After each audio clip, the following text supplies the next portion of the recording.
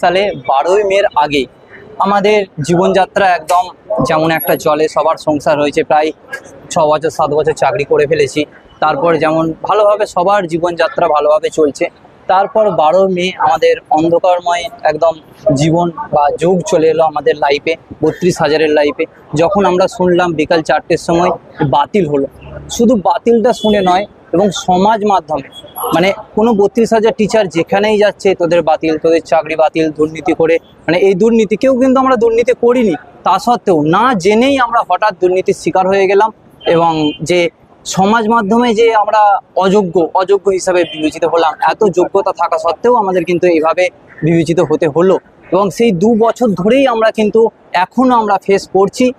এবং সেখান থেকে আমরা হাইকোর্ট থেকে সুপ্রিম কোর্ট গেছি, সুপ্রিম কোর্ট থেকে আবার ডিভিশন বেঞ্চে এসেছি, এবং ডিভিশন বেঞ্চে আমরা প্রায় 2023 সাল থেকেই ডিভিশন বেঞ্চে আমরা ঠোক্কর খাচ্ছি, এখনও খাচ্ছি। এবং এই বেঞ্চে আমাদের একটা আশার আলো আছে, এবং এখন পর্যন্ত আবার উনি 12, 13 এবং 16 3 দিন আমাদের ডেট দিয়েছেন। এবং দেখা যাক আমাদের আশার আলো, যে এই অন্ধকারময় জীবন থেকে আমরা যাতে মুক্তি পেতে পারি, এইটাই আমাদের প্রার্থনা। এবং বিচার ব্যবস্থার প্রতি আমাদের, আইনের প্রতি আমাদের অবশ্যই আস্থা আছে, এবং সেটা অবশ্যই চলবে।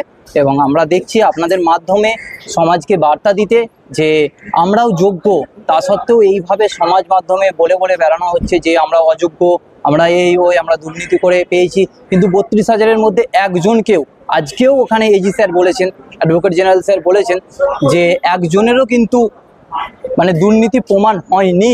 সেখানে সিবিআই, ইডি সবাই মানে কারোর দুর্নীতি প্রমাণ করতে পারেনি, তা সত্ত্বেও আমরা অযোগ্য, এবং সমাজ মাধ্যমে যেখানেই যাচ্ছি সেখানেই একটা দুর্নামের শিকার হচ্ছি। এত ভালো সবার কোয়ালিফিকেশন, সবার খুব ভালো, কেউ পিএইচডি করা, ঠিক আছে, তা সত্ত্বেও আমাদের এই অবস্থা। তাড়াতাড়ি মুক্তি ঘটুক, এটাই আমরা চাই। আর বিচার ব্যবস্থা নিয়ে কিছু বলবো না, আমাদের আশা আছে, এখন পর্যন্ত আমাদের আশা আছে যে সব ঠিক হয়ে যাবে, দেখা যাক। কিছু সংখ্যক যোগ্য শিক্ষক আছেন, এই তথ্যটা ভুল, সবটাই যোগ্য শিক্ষক। আমাদের 32,000-এর মধ্যে এখনো একজনের বিরুদ্ধে দুর্নীতি প্রমাণ হয়নি। তাহলে আমি যখন জানি, আমি নিজে সৎভাবে চাকরি পেয়েছি, আমি এটা বিশ্বাস করি যে আমার সাথে যারা চাকরি পেয়েছে তারা প্রত্যেকে সৎভাবে পেয়েছেন, এবং তারা তাদের যোগ্যতায় চাকরি পেয়েছে। তো সেই অবস্থা থেকে আমার একটাই বক্তব্য, কোথায় কি দুর্নীতি হয়েছে না হয়েছে সেই নিয়ে আমাদের কোনো মাথা ব্যথা নেই। আমাদের এই প্রাইমারি রিক্রুটমেন্টে আনট্রেন্ড টিচার হিসেবে আমরা যারা রিক্রুটেড হয়েছি, একজনের বিরুদ্ধেও দুর্নীতির অভিযোগ নেই। 2 বছর ধরে মামলা চলার পরেও সিবিআই, ইডি কেউ আমাদের বিরুদ্ধে কোনো একজনের বিরুদ্ধে অভিযোগ আনতে পারেনি, এবং সেই অভিযোগ প্রমাণিত তো হওয়া অনেক দূরের ব্যাপার। সুতরাং কেন আমরা এভাবে সোশ্যাল হ্যারাসমেন্টের শিকার হব, সেটা আমার একটা প্রত্যেকের কাছে প্রশ্ন রইল।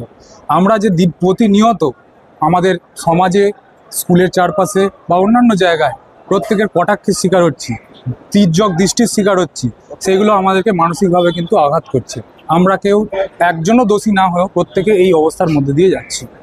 এই যে রিক্রুটমেন্ট প্রসেস হয়েছে, সেই রিক্রুটমেন্ট প্রসেসটা ভুল বা ঠিক, বা কতখানি ভুল কতখানি ঠিক, সেটা তো বিচার করবে তো একদম। কিন্তু তার আগেই সোশ্যালি একটা স্টিগমা লাগিয়ে দেওয়া হচ্ছে যে এরা সবাই হয়তো কোনো দুর্নীতির মধ্যে দিয়ে উঠে এসেছে। তো তাদের জন্য আপনাদের কি বার্তা থাকবে? দেখুন, আপনার কথাতেই পরিষ্কার হলো, আপনি বললেন হয়তো উঠে এসেছে। হয়তোটা যতক্ষণ না প্রমাণিত হচ্ছে ততক্ষণ কি আপনি কাউকে দুর্নীতিবাজ বলতে পারেন? যতক্ষণ না সেটা প্রমাণিত হচ্ছে, কোর্টের সঠিক তথ্য প্রমাণের ভিত্তিতে আমাদের বিরুদ্ধে তথ্য প্রমাণ আসছে, ততদিন আমরা বিশ্বাস করি আমরা প্রত্যেকে যোগ্যভাবে চাকরি পেয়েছি এবং করতেও থাকবো। সেই চাকরি আমাদের বহাল থাকবে, এটা আমরা আশাবাদী।